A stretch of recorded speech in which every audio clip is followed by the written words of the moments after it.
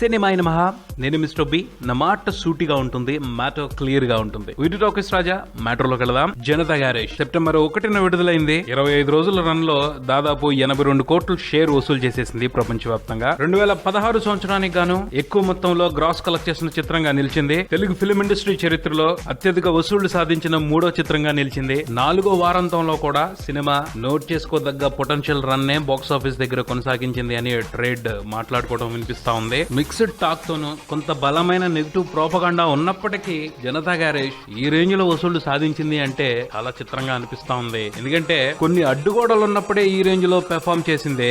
అంతా సజావుగా ఉండి బ్రహ్మాండమైన టాక్ గనుక వచ్చినట్టయితే సినిమా రేంజ్ ను ఊహించడం కూడా చాలా కష్టంగా ఉంది. ఆ సంచలనాలని లెక్కెట్టుకోవడానికే రోజులు పట్టేయేమో. పోతే ఈ సినిమా దండిగా కలెక్షన్లు దండుకోవటం వరకే కాదు, ఓ పెద్ద సవాల్ని ఇండస్ట్రీకి విసిరిందనే అనిపిస్తుంది. నిజంగా జనతా గ్యారేజ్ ఘన విజయం ఎన్టీఆర్ అభిమానులకు తప్పించి మిగతా ఆడియన్స్ కి, ట్రేడ్ కి ఓ పెద్ద సర్ప్రైజే. జనతా గ్యారేజ్ సక్సెస్ రీజన్స్ ని క్యాలిక్యులేట్ చేసుకోవాల్సి వస్తే ఓ పట్టాన ఎవరికి అంత చిక్కని బోల్డ్ అనే యాంగిల్స్ ఉన్నాయి. జనాలు బేసిక్ గా ఈ సినిమాని ఏమి ఆశించి చూశారు అంటే చాలా రీజన్స్ వినిపించాయి. మార్కెట్ లో సరైన కాంపిటీషన్ ఇచ్చే మరో సినిమా లేదు, కొరటాల శివ బ్రాండ్ వర్కౌట్ అయింది, జూనియర్ ఎన్టీఆర్ కి టైం కలిసి వచ్చింది అంటూ ఏవో రీజన్స్ చెప్తున్నారు. పోతే అవన్నీ కరెక్ట్ అయితే కాదు. క్లియర్ గా ఓ విషయం మాత్రం స్పష్టంగా కనిపిస్తా ఉంది. అదేమిటి అంటే తెలుగు ఆడియన్స్ కొత్తదనాన్ని కోరుకుంటున్నారు. కొత్తదనం కోరుకోవడంలో తప్పు లేదు. కాకపోతే ఈ జనతా గ్యారేజ్ తో వాళ్ళు ఓ పెద్ద అల్టిమేటం ఇచ్చారు అనిపించింది. వాళ్ళు కోరుకునే కొత్తదనం ఇలాగే ఉండాలి, అలా ఉండకూడదు అనే రూల్స్ ఏమీ లేవు. ఏదైనా సరే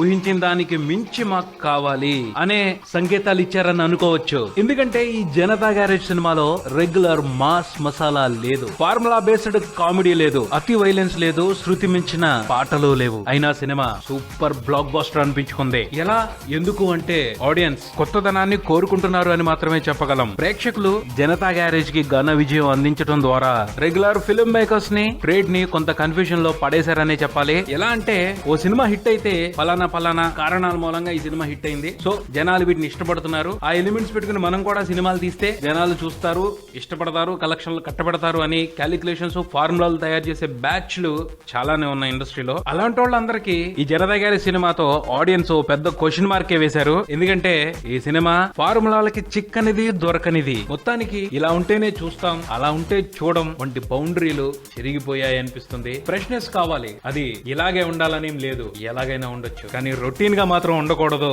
అన్నదే ఈ జనతా గ్యారేజ్ రిజల్ట్ మూలంగా తేలిన సత్యం అనుకోవచ్చు. అలానే మంచి ప్రయత్నాలతో రండి, మీరు ఊహించిన విధంగా ఆదరించే కెపాసిటీ మా దగ్గర ఉంది అని తెలుగు ఆడియన్స్ పెళ్లి చూపులు, జనతా గ్యారేజ్ చిత్రాలతో మరోసారి వాళ్ళ టేస్ట్ ని చాటుకున్నారని చెప్పాలి. ఇప్పుడైతే షూర్ గా ఓ మంచి వాతావరణమే తెలుగు ఆడియన్స్ లో నెలకొనుంది. ఈ అవకాశాన్ని తెలుగు సినిమాలు వీలైనంత మేర ఉపయోగించుకుంటే చాలా బాగుంటది. మరొకరితో మళ్ళీ కలుద్దాం. Subscribe and keep watching Maruti talkies. For me mister B and talkies Raja. Thank you.